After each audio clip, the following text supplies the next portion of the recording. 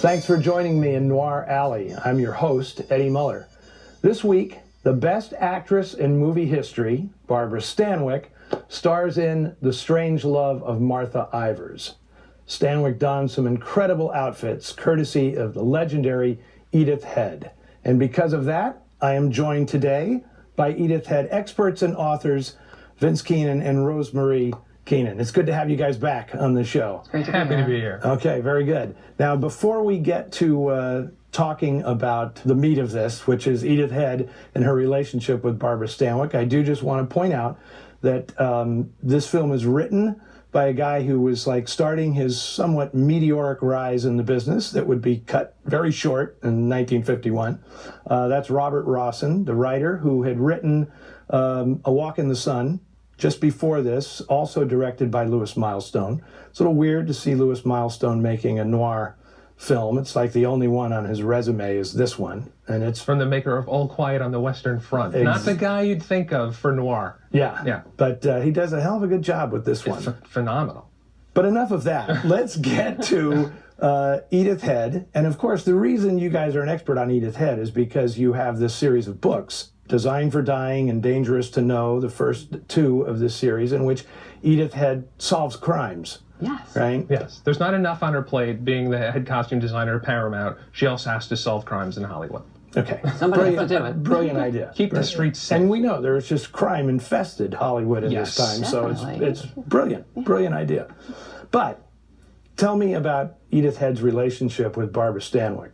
Well, so Edith started working with Barbara Stanwyck in 1937 or so with the film Interns Can't Take Money.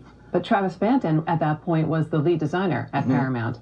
And he took one look at Barbara Stanwyck and said, she's no glamour post. I'm not interested in designing for her. And palmed her off on Edith Head, who said, what a great opportunity. You know, this is a fantastic actress, obviously.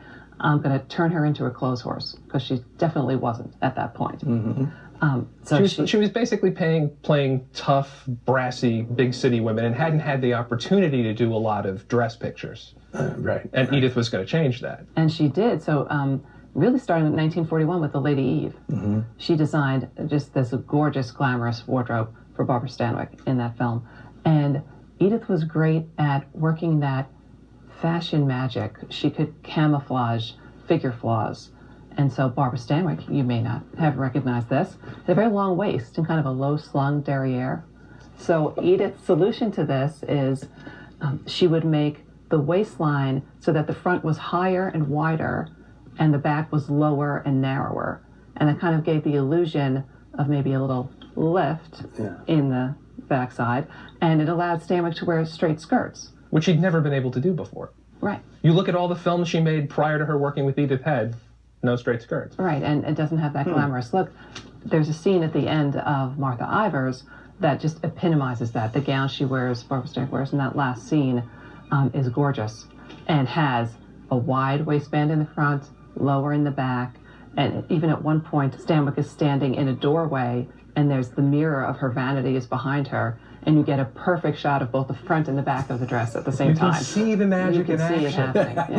I wonder if Edith dictated that shot. Like, you have to put this in the movie to show my work. You know? Fantastic. Now, and didn't she have an opinion about Barbara Stanwyck's legs? Yes, indeed.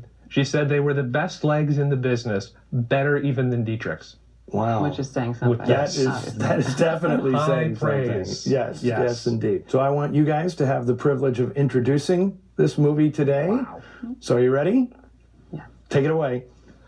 From 1946, starring Barbara Stanwyck, Van Heflin, Elizabeth Scott, and in his screen debut, Kirk Douglas.